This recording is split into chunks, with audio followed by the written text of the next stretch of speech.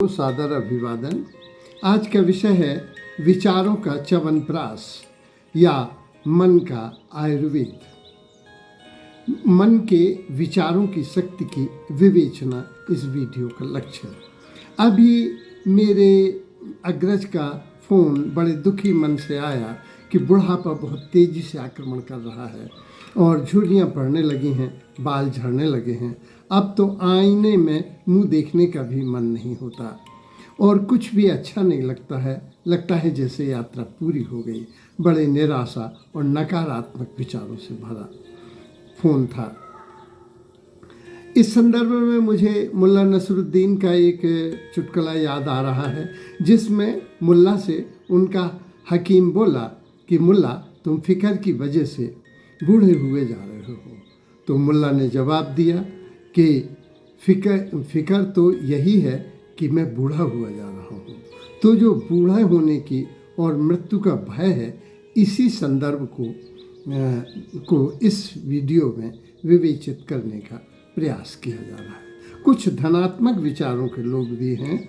Doctor Rameshwar Prasad Dwivedi जो हमारे समधी हैं, उनका दांत गिरा तो मैंने कहा, अरे बोले नहीं, बुढ़ापा श्रृंगार ले रहा है, बहुत रगड़ के ज़िंदगी में काम किया है, अब आराम करेंगे। हम तो मृत्यु का भी स्वागत करेंगे क्योंकि अब थक गए हैं, कुछ विश्राम भी जरूरी है। इसी तरह से हमारे शहर टीकमगढ़ में एक बड़ी सम्मानित प्राचार्य थी, माधुरी बहन जी। वे बहुत सुंदर थीं और जब उनके बाल सफ़ेद हुए तो वे बड़ी प्रसन्न हुई। बोली, जो प्रेम और काम की निगाहों से लोग देखते थे, अच्छा रहा, अब बाल सफ़ेद हुए। इस देश की संस्कृति बहुत अच्छी है, यहाँ बूढ़े लोगों को बड़े श्रद्धा और सम्मान से देखा जाता है। इसी तरह से डॉक्टर राधा कृष्णन ने भी लिखा इस देश की संस्कृति के इस देश के में आया बुढ़ापा लोगों की फसल कटाई का समय है। जो उनने पुण्य के बीज बोए हैं, उनकी कटाई का वक्त आता है। परिवार, संग, साथी सब उनका साथ देते हैं। जबकि पश्चिम में बुढ़ापा बहुत उदास और खिन्न और अकेला है। हमारे गुरु थे श्री दुर्गाचरण जी शुक्ला, टीकमगढ़ में ही। वे कहते थे कि मैं जो दिख रहा हूँ वो नहीं हूँ, मैं देह नहीं हूँ। अगर मुझे देखना है तो मेरी पुस्तकों को देखो, मेरे काम को देखो, मेरे त्याग को देखो, और मैंने जो लोगों को सम्मान दिया है, सुख दिया है और साहित्य दिया है, उसको देखो। वो मेरा मूल रूप है। जो वो अक्सर कहा भी करते थे कि जिनका तादात्म्य देह से है, गेह से है, पद और प्रतिष्ठा से है, वे तो मरेंगे ही। हमारे प्राचार्य थे गोलवलकर साहब, वो मृत्यु के अपने रिटायरमेंट के 3 दिन बाद ही उनकी डेथ हो गई। उन्हें लगा कि मैं प्राचार्य था, इतने बड़े कॉलेज का मालिक था, आज मेरी हैसियत कुछ भी नहीं है। तो तादात्म्य से जो जुड़े हैं, चाहे वो देह से जुड़े हों, चाहे गेह से जुड़े हों, चाहे नेह से जुड़े हों, चाहे परिवार से जुड़े हों, और चाहे पद और प्रतिष्ठा से जुड़े हों, तादात्म्य की तो मृत्यु होगी ही।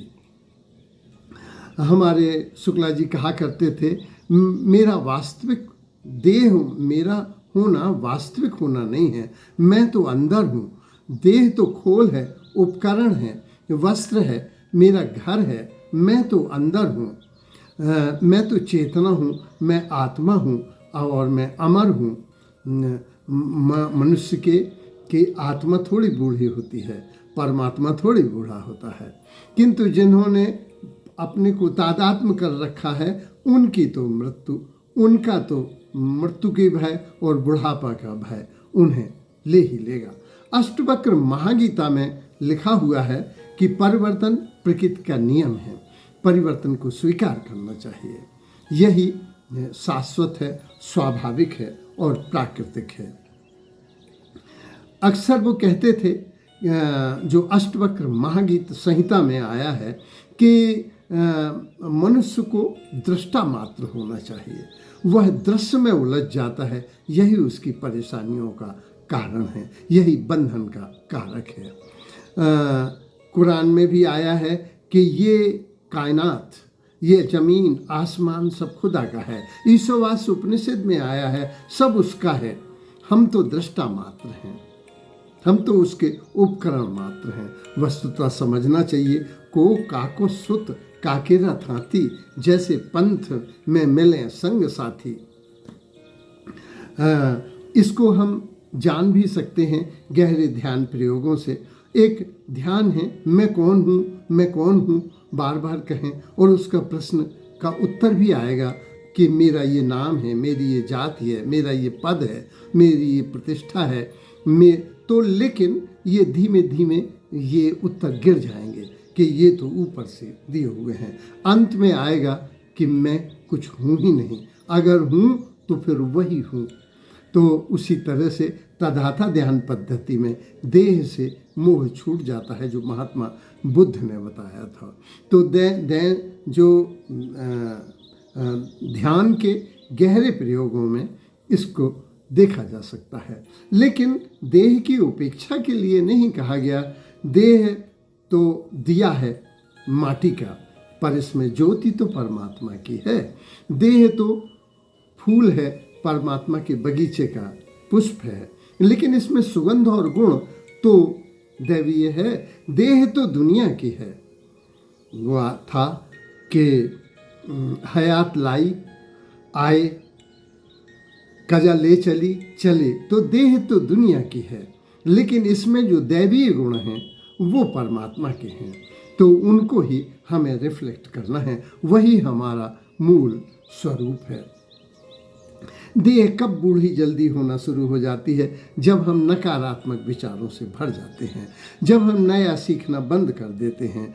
हम सोचने लगते हैं कि मैं बूढ़ा हुआ, मेरे कार्य पूर्ण हो गए हैं, मेरी यात्रा पूरी हो रही है, मेरा कोई लक्ष्य नहीं है, मेरा कोई काम नहीं बचा। कभी कभी मनुष्य की सामाजिक धारणाएं और उसकी खुद की मान्यताएं भी उसे बूढ़ा बना देती हैं कि बार बार पुनरुक्ति से ये हमारा शरीर उसको स्वीकार कर लेता है। वस्तुतः बूढ़ा कौन है? जो बीमार है, विपदाग्रस्त है, जो खिन्न है, उदास है, अकेला है, वह बीमार है। जो सभी से प्रेम करता है, पशु पक्षी प्रेम का, पत्नी पुत्र, वह तो जवान है। इसलिए हमें देखना चाहिए कि हम वस्तुतः हैं क्या। जो जिसका कुछ लक्ष्य है, जिसका कुछ काम है, वो थोड़ी बूढ़ा होता है। तो आपके विश्वास ही आपको, एक अंग्रेजी की कहावत है कि body achieve what the mind believes. तो मन के हारे हार है, मन के जीते जीत। बुढ़ापा पहले विचारों में आता है, फिर देह उसका अनुसरण करती है, या पहले मन मान लेता है। अवचेतन मस्तिष्क में जब कोई चीज़ चली जाती है तो उसको देह में उसके परिणाम दिखाई देने लगते हैं। हमारी सामाजिक मान्यताएं भी हैं, साथ ही कुछ नकारात्मक साथ, अरे रिटायर हो गए हैं, अब तो रिटायरमेंट के 2 ही साल बचे हैं, ये नकारात्मक हैं। ये अरे होइगा, रीवा में बहुत से लोग कहते हैं अब होइगा, माने अब हो गया, अब कुछ नहीं। तो ये कैसे हो गया? अरे एक दिन आज मिला है हमें, प्रभु का प्रसाद है, इसको पूरी त्वरा और सांद्रता से हमें जीना है।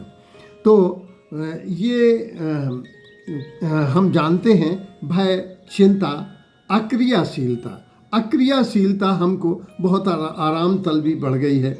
आज व्यायाम तो घट गया है, पर विश्राम भी घट गया है। लोग पूरी तरह से निद्रा या ना व्यायाम कर रहे हैं, ना विश्राम कर रहे हैं। तो हम जानें कि मन की शक्ति क्या है। मन की शक्ति या अवचेतन में जो चीज़, हमारे ऋषि मुनियों को ये पता लग गया था कि मन की कितनी महत्वपूर्ण शक्ति है।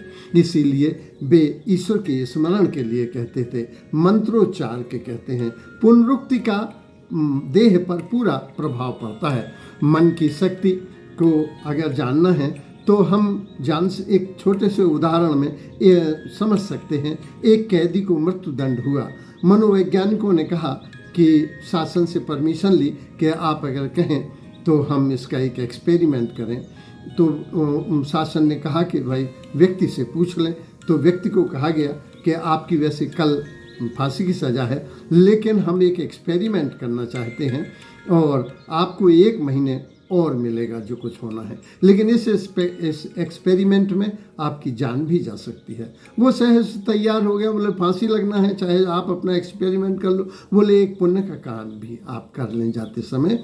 ब्लड आपका ये विशेष है, ओ ग्रुप का है, ये सामान्य मिलता नहीं है, निगेटिव ओ ग्रुप का जल खून, तो आप किसी को दे दें। तो बोले ठीक है।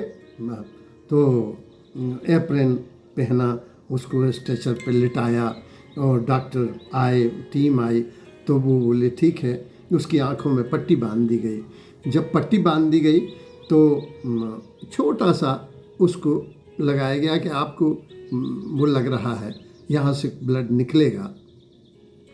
तो ऐसा ये आधा बूंद खून आया और चूँकि उसकी आंखें बंद थीं तो नल खोला गया तो टप टप टप की आवाज़ हुई।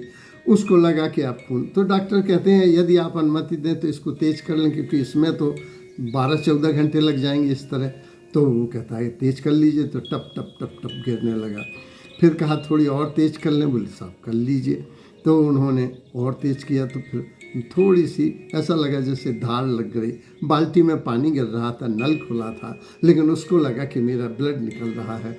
और थोड़ी ही देर बाद उसकी आंखें पलट गईं और नाड़ी धीमी हो गई। उसको लगा कि मेरा ब्लड निकल गया और उसकी डेथ हो गई। तो मन के विचारों का बड़ा गहरा प्रभाव, जब हम अपने धनात्मक विचार देते हैं तो उसका इम्पैक्ट दूसरा होता है। ऐसे भी लोग हैं जो 75-80 साल में पूर्ण ऊर्जावान हैं, और ऐसे भी लोग हैं जो 50-55 साल में ही अपने को बूढ़ा कहने लगे और उनकी रंग रेखाएं भी उभर आईं। तो बुढ़ापा दूर करने के क्या उपाय हो सकते हैं? बुढ़ापा दूर करने का उपाय है, प्रत्येक दिन हमको अपना लक्ष्य तय करना चाहिए। हमें सूर्य उदय या ब्रह्म मुहूर्त में गायत्री पाठ करना चाहिए, जिसमें आए प्रचोदयात हमारी बुद्धि को ज्ञान प्रदान करें और हमारी बुद्धि को तेज करें और मेरे जीवन का कोई हमें सतमार्ग पर चढ़ाएं। इसमें भी आया है सूर्य बकरा में कि या खुदा हमें सीधे रास्ते पे चलाना, उन लोगों के रास्ते पे नहीं जिन पे तूने कहर बरपा, उन लोगों की जहाँ इनाम दी। तो सन्मार्ग में चलाने का प्रार्थना करना चाहिए, कि जो प्रार्थना से भरे हैं, प्रेम से भरे हैं, वे देर से बूढ़े होंगे। अभी उसमें अपने यहाँ मंत्र उपनिषद में आया है और अथर्ववेद में भी आया है, मेरी जिह्वा के अग्रभाग में मधु हो, पश्चिम में मधु हो, मेरा मूल स्वर, मेरा व्यवहार मधुर हो और अंत में मैं मधुर हो जाऊं। तो मधुर से मतलब मैं सुंदर, स्वस्थ, समृद्ध हो जाऊं।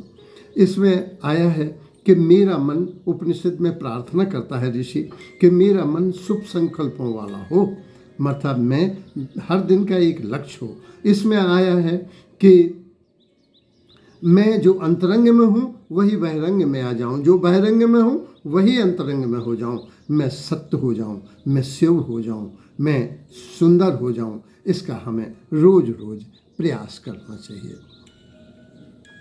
तो हमको देखना है कि इसके बुढ़ापा दूर रखने के उपाय ये भी हो सकते हैं कि हम गहरा प्राणायाम करें, क्योंकि 90% हमारी ऊर्जा हमें वायु से प्राप्त होती है।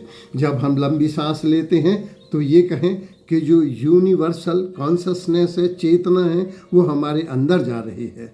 ऑक्सीजन, हमारा प्राणवायु अंदर जा रही है और कार्बन डाइऑक्साइड और संसार की जो देह की विकृतियां हैं वे बाहर जा रही हैं। तो प्राणायाम का बड़ा असर होता है, मौन का भी बहुत असर होता है, क्योंकि 90% हमारी ऊर्जा व्यर्थ के बकवास में खर्च होती है।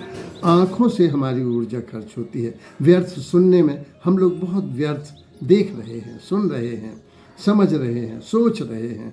तो मौन की अपनी, क्योंकि मौन में हमारी, जब हम ध्यान पर बैठते हैं तो सब इंद्रियां जो बहिर्गमन को ओर जाती हैं, ऊर्जा को बर्बाद करती हैं, वे अंदर की ओर आती हैं। और हम सभी जानते हैं कि भोजन से ऊर्जा मिलती है, नींद से संचित होती है, व्यायाम से जागती है और ध्यान से ऊर्ध्वगमन को प्राप्त होती है। तो प्रेम और प्रार्थना से हमको भरा हुआ होना चाहिए, प्रसन्नता से। गीता में आया है कि जो मन को प्रसन्न रखते हैं वो मना तप करते हैं। तो प्रसन्नता हमारी आयु और स्वास्थ्य को बढ़ा देती है। हमें पुनरावलोकन करना है। कहा देशा कानि मित्राणि, शत्रुओं के चिंतन के लिए नहीं कहा गया, जो अच्छे चिंतन के लिए कहा है। जब तुम्हें प्रेम मिला है, स्नेह मिला है, तो सम्मान मिला है, सुख मिला है, श्रेयस मिला है, उस क्षणों को याद करें तो मन प्रसन्न हो जाता है। हम ये सभी जानते हैं कि 7 डॉक्टर हमारे साथ हैं। हवा, पानी, धूप, ये और साथ में हमारे संग साथी भी प्रभावित करते हैं। लाइफ स्टाइल और डाइट ये हमारे हाथ में है। इस तरह से भगवान ने हमें खूब धूप दी है, खूब हवा दी है, खूब प्राणायाम करें, खूब अपन प्रकृति को निहारें और ये कहें कि सब ये ईश्वर के रूप हैं। तो हमको क्या चिंतन नहीं करना चाहिए। कभी ना कहें कि मेरी उम्र हो गई है, कभी ना कहें कि मेरा मन ऊब गया है। नकारात्मकता से न भरें वो कि अब मुझे कुछ अच्छा नहीं लगता है, यहाँ ये चीज़ अच्छी नहीं लगी। अरे जो चीज़ अच्छी नहीं लगी चुप रह जाइए, क्या ज़रूरी है। हमें रोज़ नया सोचना है, नया करना है। इस तरह से प्रार्थना, प्रसन्नता और प्रेम से अपने को भर के रखना है। संकल्प शक्ति के बहुत अधिक प्रभाव हैं। अगर हम देखें तो संकल्प अगर हम तय कर लें, एक कहानी है लास्ट लीव, जिसमें अस्पताल में वो भर्ती है पेशेंट, लेकिन सामने पेड़ लगा हुआ है, रोज़ उसके पत्ते पीले पड़ रहे हैं। वो अपने साथी से कहता है जिस तरह ये पत्ते पीले पड़ रहे हैं उसी तरह मैं भी पीला पड़ता चला जा रहा हूँ। एक दिन आंधी चली रात को, तो उसने कहा आज सब पत्ते झड़ जाएंगे। देखो तुम कहते हो।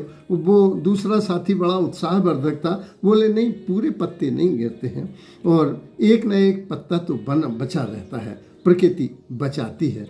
तो उसने अपना एक साथी आया रात को 12 बजे, वो तो सो गया था, तो उसने कहा तुम कलाकार हो, एक पत्ती इस पेड़ पर लगा दो क्योंकि आंधी बहुत। तो उसने आर्टिफिशियल पत्ती एक लगा दी। जब मैट्रन ने पर्दा खोला तो उसमें वो पत्ती दिखी, तो वो खड़ा हो गया और वो बोला कि अब मैं मर नहीं सकता। जब इतनी आंधी तूफान में भी प्रकृति सुरक्षित रखती है तो मैं भी रखूँगा। और उसकी विचारधारा में परिवर्तन आया और वो अंततः ठीक हो गया। तो संकल्प शक्ति का बहुत अधिक। तो हम जाने कि मृत्यु तो सुनिश्चित है, मृत्यु तो होगी, देह बूढ़ी होगी, लेकिन हमें मन, अपनी आत्मा, अपनी चेतना को बूढ़ा नहीं रखना है, उसको हमें युवा रखना है और हमारा मन वैसे भी युवा रहता है। धन्यवाद।